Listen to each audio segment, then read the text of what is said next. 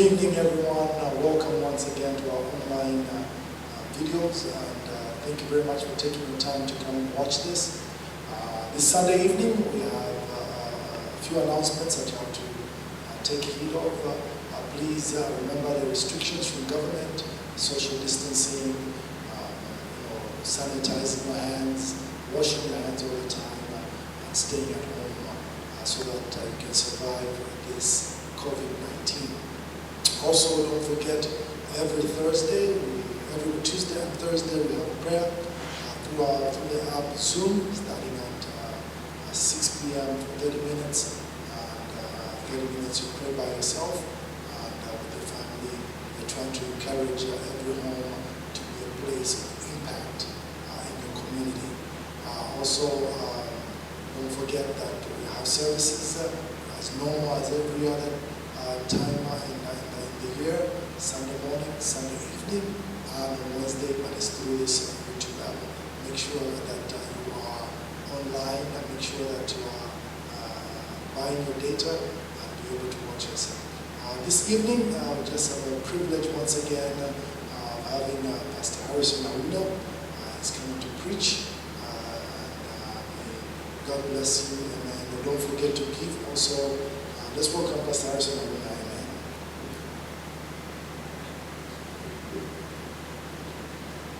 Amen. It's good to be back here in the presence of the Lord this evening.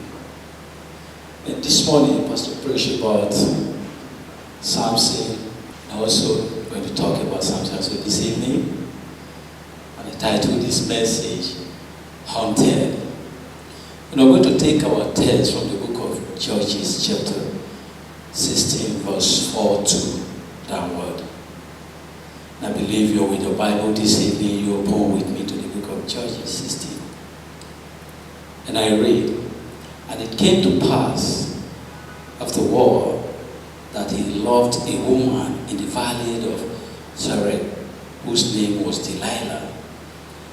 And the Lord of the Philistines came up unto her and says unto her, entice him and see where his great strength lieth, and by what means we might prevail against him, that we may bind him to afflict him, and we will give thee, every one of us, 1,100 pieces of silver. And 6 says, and Delilah says to Samson, tell me, I pray thee, where thou great strength lieth, and where thou might be bound to afflict thee. And Samson said to Delilah, if thou bind me with 7 green weights, and thou will never dried, then I shall be weak, and be as any other man. And then the lords of the Philistines brought up to her 7 green rods, which had never been dried, and she bound him with them. And then the women laying in wait, abiding with her in the chamber.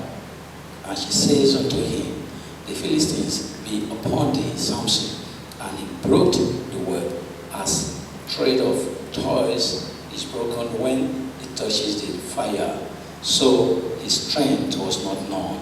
And Delilah says unto Samson, behold, thou hast mocked me, and told me lies, and never told me, I pray thee, where thou hast might be bound. And he says unto her, if thou bind me fast with new ropes that never were occupied, then shall I be weak and be as other man. Delilah therefore took a new rope and bound him therewith, and says unto him, the Philistines be upon thee, Samson. Then they were lying in wait about in the chamber, and he broke them off his arms like a thread.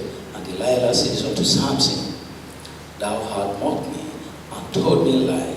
Tell me where thou might be bound. And he says unto her, thou wavest the 7 locks of my head with a weft. And she fasting is with the pain, and says unto him, the Philistines be upon thee, Samson.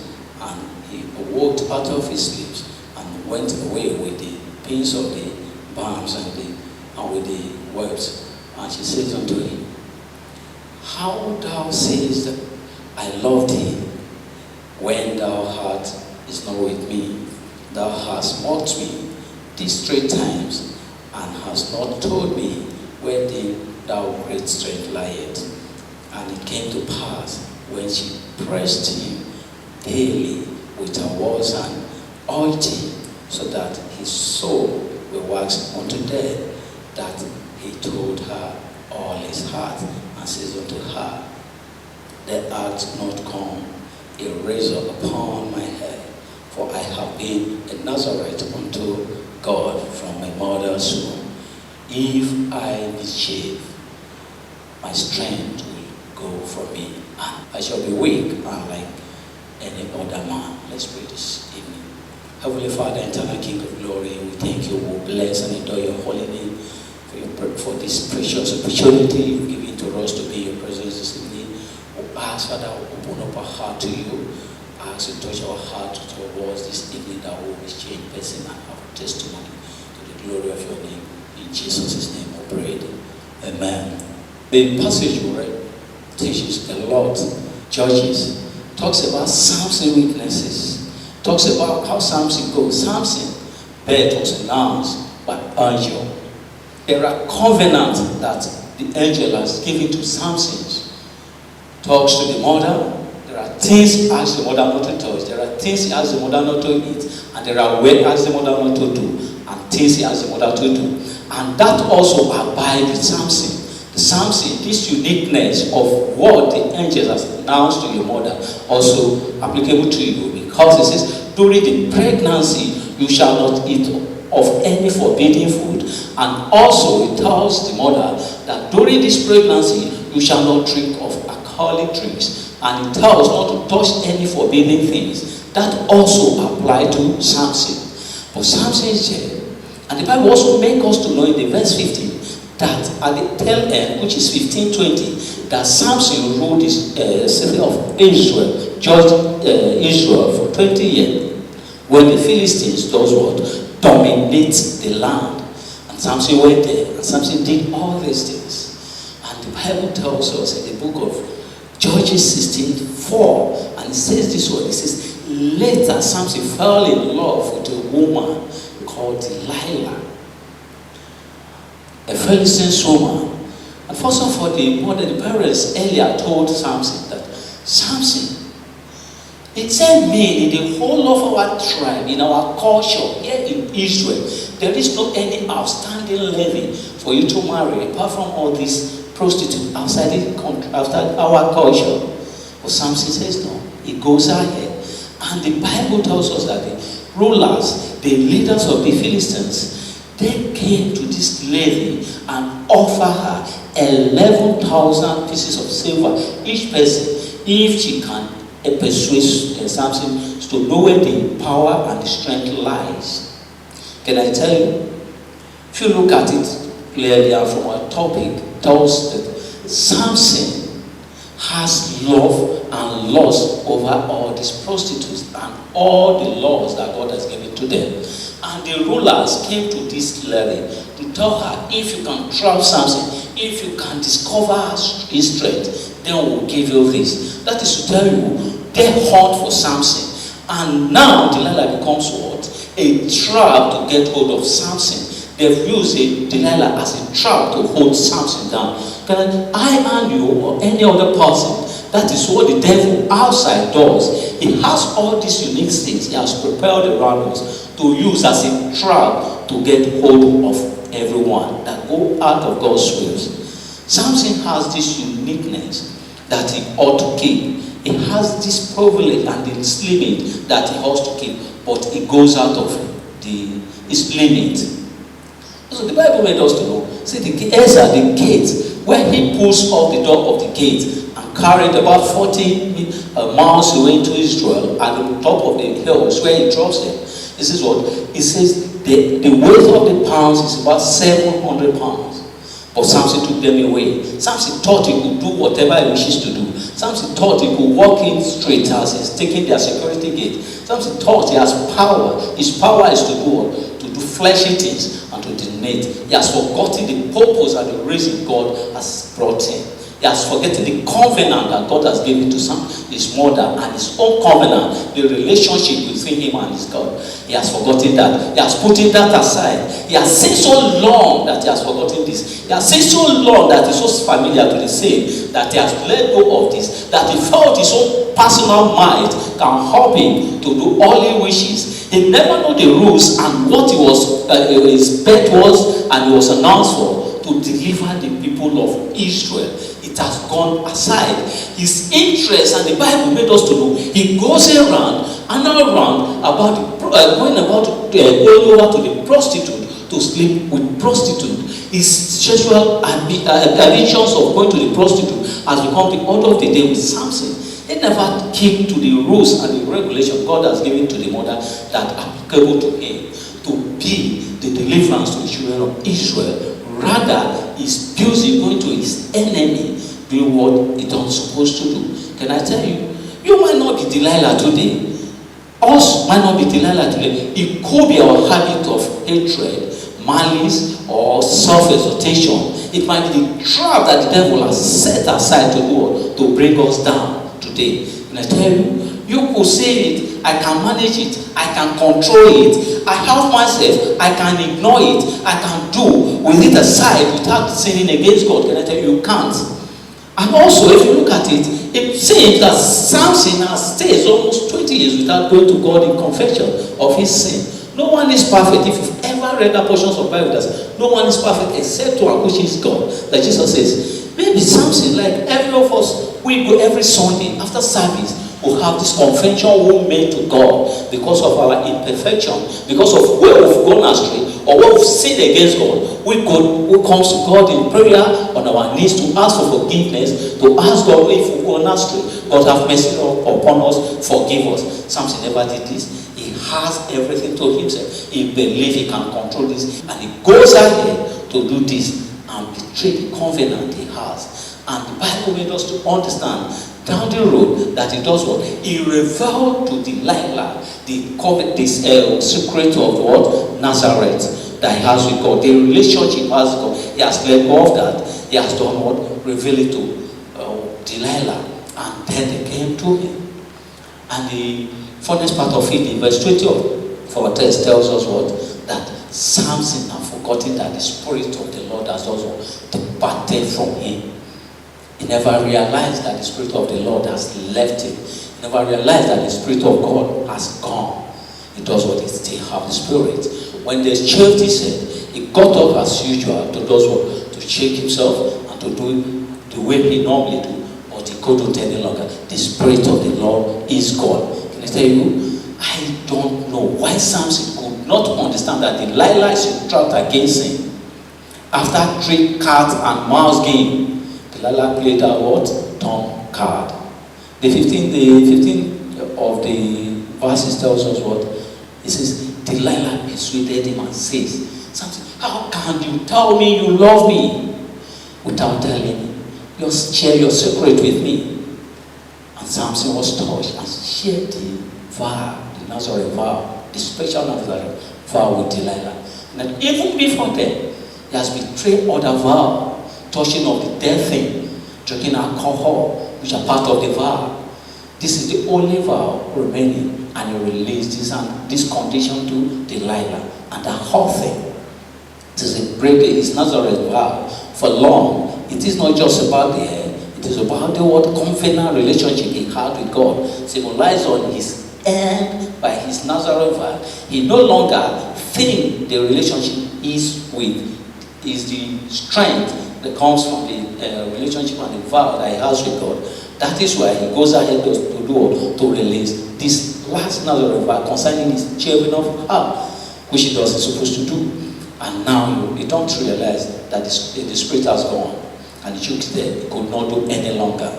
You might not be Delilah today, you might not be the shaping of it, but your covenant with God is to be right with God. God is here to save you. God is here to save you, to be on the same track with God. You might look at it, this malice will not stop my relationship with God.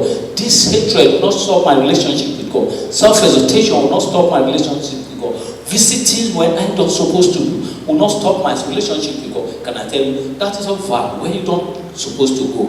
And the Bible tells us that your body is the temple of thy creator. My body is the temple of thy creator. That whoever defiles it will do what? That person God will destroy. Can I tell you, God is not involved with Delilah or with Samson releasing the vow of his secret to Delilah. And that hurt Samson down the road, which you don't suppose. You might look at it. This you do today, when you go to the games you play around today, might not hurt you. If you fail and refuse to deal with the issue of your heart and your weaknesses down the road, it will come back to do what? To destroy you, like it did to Samson we see here in the Bible. Samson failed to deal with the issues of going to the prostitute. The Bible made us to understand all the women that Bible Samson ever goes around are these ungodly Philistines women. He moves around to them, to sleep around with them, and to do ungodly things with them. Everyone that Samson falls his loves are all these ungodly Philistines women that he plays around with them. He never in once do what? Have anything to do with godly what? Women. He goes around with these ungodly Philistines women, sleeping around them and doing all ungodly things with them. Amen. In the light of your past, is it wise to do that is against the will of God? In the light of your past, if you will be honest with yourself, for Samson initially, even being honest with himself and bring God to his every of his decision making and ask God, in the light of my past, is it wise for me or notice that God, in the light of my past, is it legal for me to do this? Is it right for me to do this? Or is it biblical for me to do this? If you bring it to God and invite God, as being that you have a relationship with God, into any of your decision making, do you know God will help you? Or any of your partner that stands beside you, will have different paths. His attention or his reply or answer to this question might be quite different from yours because we have different paths. I tell you no, but we don't do that. We do it according to our flesh. We do it the way we fall. We do it the way we look at it. This is how we will benefit from it. But we benefit nothing, rather the flesh benefits, and that leads to what? Destruction. Whatever that that fuel the flesh does what? It leads us to destruction. Hunting. One talks about hunting that we're talking about. If you see any hunter that you've ever met or you understand how to hunt, what they do, at times they stay behind the scene. At times they hide behind the scene. All they do, they have a traps outside there. And if you mistakenly get into that traps, they do what? They catch you. Mainly at times when they put their traps, they look for that your favorite, and those what? They might spend money, they might go as far as to any miles to get your favorite. They put that around the traps, and that will entice you. And at the moment you come to get that off the traps, and they try to get hold of you. And that is exactly what happens to Samson. And it's also applicable to us as a human being here on earth. When we look at the devil, he knows our want, he knows that our flesh desire. You look at some people who see somebody, it does, when he sees somebody and he hates that person, or the person did something, he says what? He says he has this bitterness in him. He said when he sees this person, this bitterness arose. And see when he travels, it felt like killing him. And anybody around can tell that he's bitter about this person. And he enjoys that a lot. And he goes around to tell that. Can I tell you, he's feeding the flesh. And that is the trap that the devil has put there for him. As long as he keeps being bitter about this guy, he goes along. And you can't tell when God will want to call you to eternity. If you pass on to eternity today, you are going to spend your eternity with the devil. Why? Because you keep feeding the flesh without knowing that you're feeding the flesh. You felt good whenever you're bitter about somebody, because people can tell you're bitter and you enjoy that. It's a trap that the devil has sat there, and he understands clearly that you enjoy being bitter, and he put that which you enjoy around the trap, and it's behind the scene. You never see the devil around it. You found the devil is not in the game. You found the devil is not even around the game, and you goes around doing what you thought you're doing, and you're doing what you think is right. And I tell you, don't be bitter. Come back to Jesus Christ, and Jesus Christ will give you a good life. And the verse 23 of this Judges 16 says something. He said, then the Lord of the Philistines gathered themselves together for an offer to a great sacrifice unto Dragon, their god, and to rejoice, for they says, our God had delivered Samson, our enemy, into our hand. Oh my Jesus. Their God, Dragon, has delivered Samson into their hand. The Philistines, the rulers, the gathers, they are having feast, celebrating, and want Samson there to come and to celebrate with them. Thousands of them are there. Enemies of what? They are gathered there in the temple, looking forward to bring Samson there, to demonstrate, to make fun of him. And the verse 20 says something clearly. It says what? It says, then Samson prayed to the Lord, supreme Lord, remember me please, O God, strengthen me just once more, and let me with one blow get revenge on the Philistines for my 2 eyes. Let me pay back Philistines for the loss of my 2 eyes. Samson comes back to his senses and remembered that he had a covenant, a relationship with God, and prayed to God once again. And according to architectural plans of the temple where they are, it says the middle, the 2 pillars where Samson is leaning. Say that place, that is where they drew the strength of the building to, and down to the foundation of the building where Samson is standing, and hold the pillar and pray to God again, that God remember me again. That is to say, he's now come back to his senses and know the reason why God created him, to deliver the children of Israel. And this time around, pray and believing God and acting in faith that God can help him. And he demonstrated in faith at this particular time. And the Bible made us to understand that he pulled out and kills a lot than he did in his lifetime. But can I tell something? It says, if you look at Samson's birth and Jesus Christ, it says, both were what? They were sold for silvers. Someone close to them sold them for silvers. And they were both tormented, and they were both chained, and they were both displayed by public display, and they were both died, stretching out their arms. But Samson lived in slavery to his own losses, and he sacrificed his life to kill his enemy. But Jesus Christ lived victorious over sins and sacrificed his life for the enemies to become his friend. That is to say, Jesus Christ comes to get hold of us, to direct us, and give us victory, victorious life.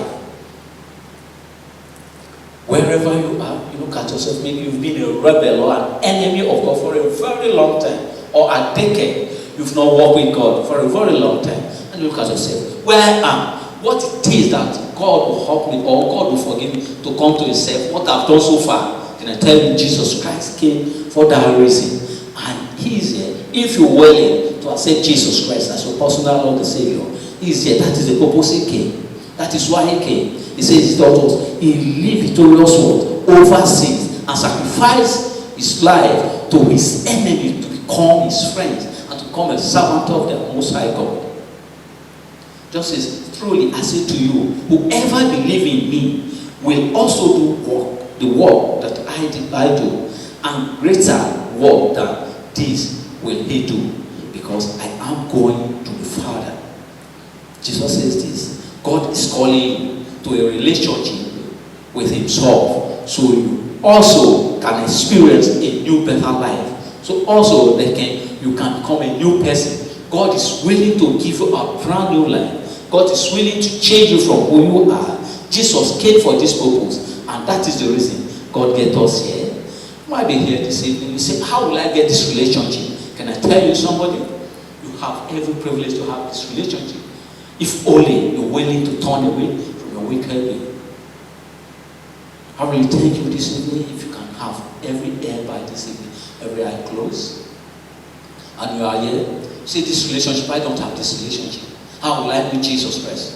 How will I not continue in my mistakes? How will I not continue where I've gone astray? How will I not continue where I've betrayed God? I want to have this brand new life that Jesus is willing to offer us. Can I tell you this evening? If you're willing to do that, you can pray this prayer with me. Lord Jesus, I've sinned against you.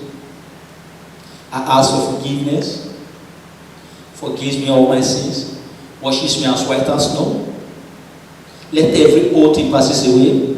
Let everything becomes new. I accept you as my personal Lord and Savior. In Jesus' name we pray. Amen.